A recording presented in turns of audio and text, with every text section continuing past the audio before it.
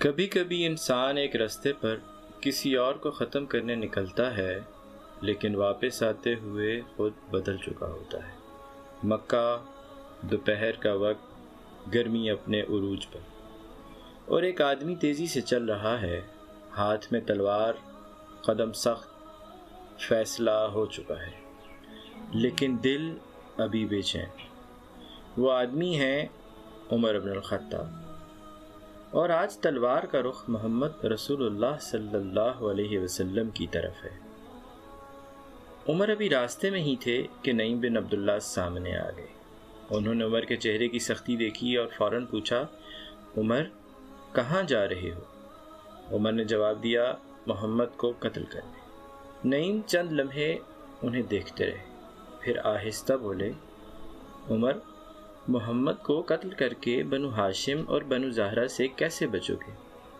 عمر غصے سے بولے، لگتا ہے تم بھی اپنا دین چھوڑ چکے ہو۔ نعیم نے کہا، عمر ایک بات سنتے ہو؟ پہلے اپنے گھر کی خبر لو۔ تمہاری بہن اور تمہارے بہنوئی دونوں مسلمان ہو چکے ہیں۔ یہ سننا تھا کہ عمر کا رخ بدل گیا۔ اب تلوار رسول اللہ کی طرف نہیں، اپنی بہن کے گھر کی طرف جا رہی تھی۔ جب عمر گھر کے قریب پہنچے تو اندر سے ایک آواز آ رہی تھی، قرآن کی آواز، سورہ طٰہٰ کی آواز۔ حضرت خباب قرآن سکھا رہے تھے، لیکن جیسے ہی عمر کی آہٹ سنائی دی وہ فوراً چھپ گئے۔ دروازہ کھلا، عمر اندر داخل ہوئے، آواز میں غصہ۔ یہ آواز کیسی تھی جو میں نے ابھی سنی؟ بہنوئی نے جواب دیا، کچھ نہیں، ہم آپس میں بات کر رہے تھے۔ عمر بولے، مجھے خبر ملی ہے تم دونوں بے دین ہو چکے ہو۔ یہاں ایک عجیب بات ہوئی۔ ان کے بہنوئی نے خوف کے بجائے الٹا سوال کیا۔ انہوں نے کہا، عمر اچھا یہ بتاؤ، اگر حق تمہارے دین کے بجائے کسی اور دین میں ہو تو؟ یہ جملہ سنتے ہی عمر غصے سے بہنوئی پر ٹوٹ پڑے، انہیں زمین پر گرا دیا اور زور سے دبایا۔ بہن لپک کر بیچ میں آئیں تو عمر نے انہیں ایسا دھکا اور چانٹا مارا کہ ان کے چہرے سے خون بہنے لگا۔ بعض روایات میں آتا ہے کہ سر پر بھی چوٹ آئی، اور پھر خون میں بھیگی حالت میں ان کی بہن نے کہا، عمر اگر تیرے دین کے بجائے دوسرا ہی دین سچا ہو تو؟ میں گواہی دیتی ہوں کہ اللہ کے سوا کوئی معبود نہیں اور محمد صلی اللہ علیہ وسلم اللہ کے رسول ہیں۔ یہ وہ لمحہ تھا جہاں پہلی بار عمر کے غصے کے سامنے کسی کا یقین کھڑا تھا، اور عجیب بات یہ تھی وہ یقین ٹوٹ نہیں رہا تھا۔ کچھ روایات میں آتا ہے کہ اس کے بعد ان کی بہن نے آہستہ کہا، عمر تم ہمیں مارتے کیوں ہو؟ تمہارا خود کا دل تو مان چکا۔ اور شاید یہ پہلا لمحہ تھا جب عمر نے اپنی بہن کے چہرے پر خون دیکھا اور خود سے نظر شدت آہستہ آہستہ اترنے لگی اور اس کی جگہ ندامت نے لینا شروع کی۔ پھر انہوں نے کہا، وہ صحیفہ مجھے بھی دکھاؤ۔ بہن نے کہا، تم پہلے غسل کرو، پھر اس پاک کلام کو ہاتھ لگا سکتے ہو۔ عمر نے غسل کیا، پھر صحیفہ ان کے ہاتھ میں دیا گیا اور انہوں نے پڑھنا شروع کیا، سورہ طٰہٰ۔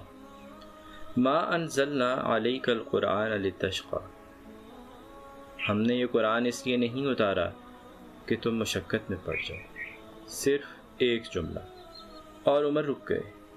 پھر آگے پڑھا، بے شک میں ہی اللہ ہوں، میرے سوا کوئی معبود نہیں، بس میری عبادت کرو۔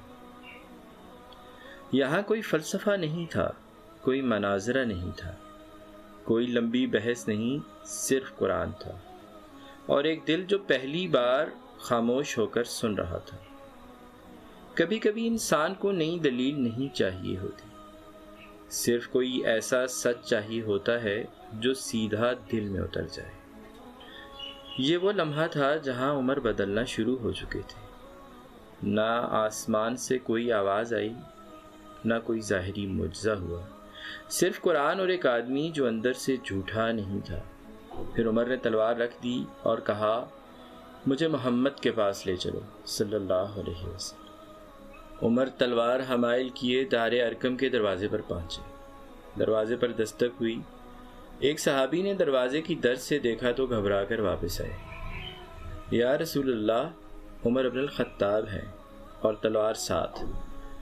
گھر کے اندر سناٹا چھا گیا، لیکن حضرت حمزہ نے فرمایا، جو کچھ دن پہلے ہی مسلمان ہوئے تھے، دروازہ کھولو۔ اگر خیر کی نیت سے آیا ہے تو خیر ملے گی، اور اگر برے ارادے سے آیا ہے تو اسی کی تلوار سے اس کا کام تمام کر دیں گے۔ رسول اللہ آگے بڑھے، عمر اندر آئے، ان کو مہمان خانے میں بٹھایا گیا۔ آپ رسول اللہ صلی اللہ علیہ وسلم نے ان کی چادر پکڑی اور فرمایا، عمر، کیا اب بھی باز نہیں آؤ گے؟ یہاں تک کہ اللہ تم پر بھی ویسی ہی سزا نازل کرے جیسی ولید بن مغیرہ پر نازل ہوئی۔ پھر رسول اللہ صلی اللہ علیہ وسلم نے دعا فرمائی، اے اللہ، اسلام کو عمر بن الخطاب کے ذریعے عزت عطا فرما۔ اور یہی وہ لمحہ تھا جہاں عمر نے کہا، اشہد ان لا الہ الا اللہ و اشہد ان محمد رسول اللہ۔ عمر مسلمان ہو گئے، لیکن عمر جیسے آدمی کے لیے خاموش مسلمان رہنا ممکن نہیں تھا۔ انہوں نے فوراً پوچھا، قریش میں سب سے زیادہ بات پھیلانے والا کون ہے؟ انہیں بتایا گیا، جمیل بن معمر۔ عمر سیدھا اس کے پاس گئے اور کہا، میں اسلام قبول کر چکا ہوں۔ جمیل دوڑتا ہوا مسجد حرام پہنچا اور چیخ کر کہا، قریش، سنتے ہو؟ عمر بن خطاب صابی ہو گیا ہے۔ عمر پیچھے سے آئے اور بلند آواز میں کہا، یہ جھوٹ کہتا ہے، میں مسلمان ہوا ہوں اور گواہی دیتا ہوں کہ اللہ کے سوا کوئی معبود نہیں اور محمد اللہ کے رسول ہے۔ پھر قریش ٹوٹ پڑے، مار پیٹ ہوئی، ہنگامہ ہوا۔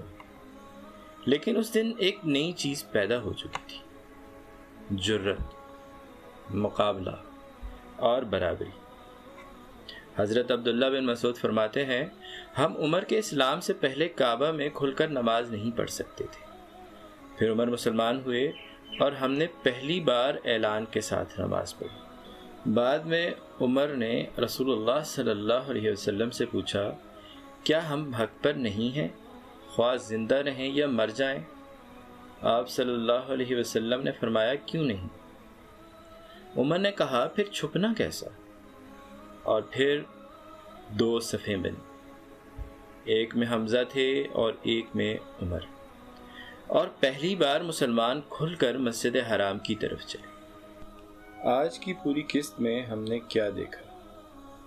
ہدایت اکثر وہاں سے شروع نہیں ہوتی جہاں انسان درست کھڑا ہو، بلکہ وہاں سے شروع ہوتی ہے جہاں وہ اپنے آپ سے سچا ہو جاتا ہے۔ عمر کو ایک خبر نے روکا، ایک سوال نے ہلا دیا، ایک زخمی بہن کے یقین نے خاموش کر دیا، اور چند آیات قرآن نے بدل دیا۔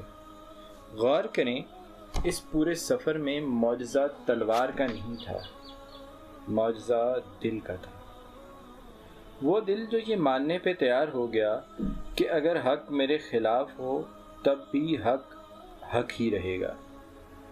عمر کی طاقت اسلام لانے کے بعد پیدا نہیں ہوئی تھی، طاقت پہلے بھی تھی، فرق صرف اتنا تھا، پہلے وہ طاقت اپنی انا کی حفاظت کر رہی تھی، بعد میں وہی طاقت حق کی حفاظت کرنے لگی۔ تو سوال عمر کے بارے میں نہیں، سوال ہمارے بارے میں ہے۔ اگر آج حق ہمارے دروازے پر دستک دے، کیا ہم بھی اپنی تلواریں نیچے رکھ سکیں گے؟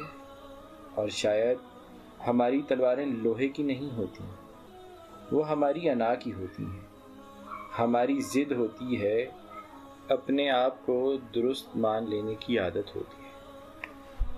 اگر ہم کسی پر ظلم کر بیٹھے ہوں، کیا معافی مانگ سکیں گے؟ اگر والدین کے حق میں کوتاہی ہو، کیا اسے تسلیم کر سکیں گے؟ اگر کاروبار یا نوکری میں بے ایمانی کا موقع ملے، کیا اللہ کو یاد رکھ سکیں گے؟ اگر قرآن کی کوئی آیت ہماری خواہش کے خلاف آ جائے، کیا ہم نظریں جھکا کر گزر جائیں گے یا سر جھکا کر عمل کریں گے؟ حق ہمیشہ بڑی جنگوں میں نہیں آتا، کبھی وہ ایک سچ بولنے کی صورت میں آتا ہے، کبھی ایک امانت واپس کرنے کی صورت میں، کبھی کسی کمزور کے ساتھ انصاف کرنے میں اور کبھی اپنے نفس کے خلاف کھڑے ہو جانے کی صورت میں۔